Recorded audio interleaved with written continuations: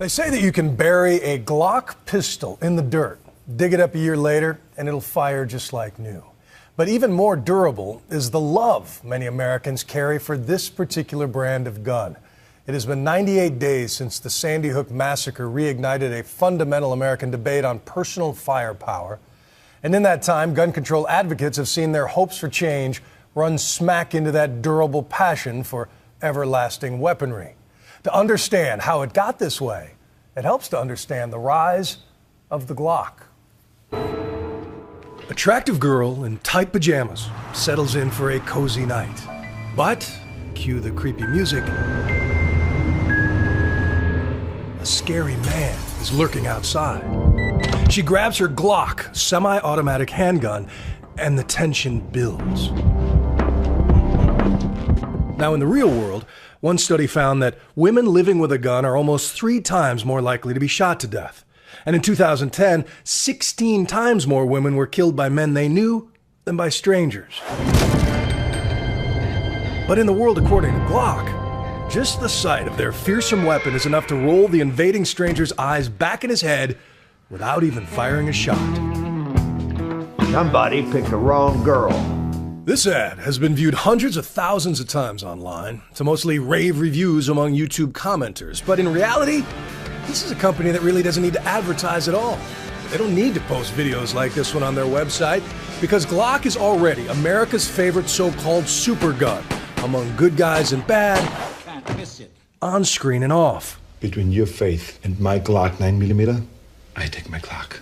It gets the approval of Arnold in End of Days, and Tommy Lee Jones in U.S. Marshals.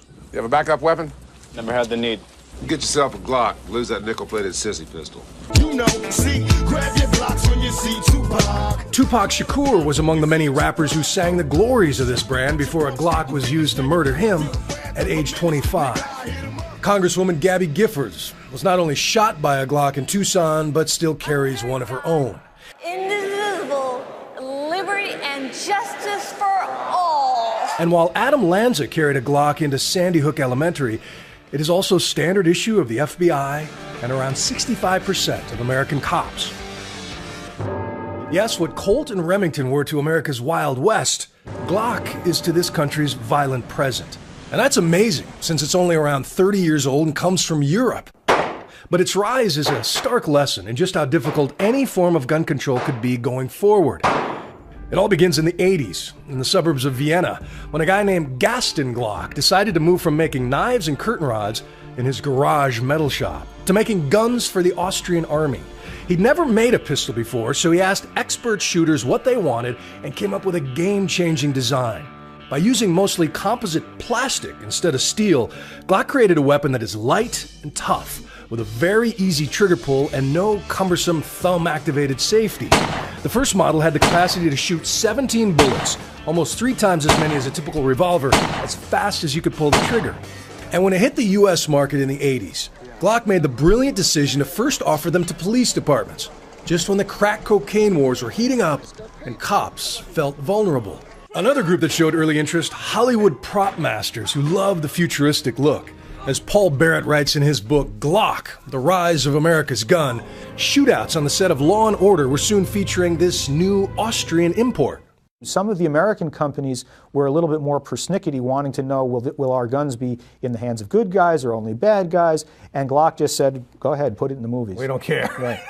That punk pulled a Glock 7 on me. You know what that is? It's a porcelain gun made in Germany. Doesn't show up on your airport x-ray machines here, and it costs more than you make in a month. Almost every part of that little speech in Die Hard 2 is factually wrong. But when real lawmakers began voicing real fear that an undetectable super gun was hitting America, sales skyrocketed.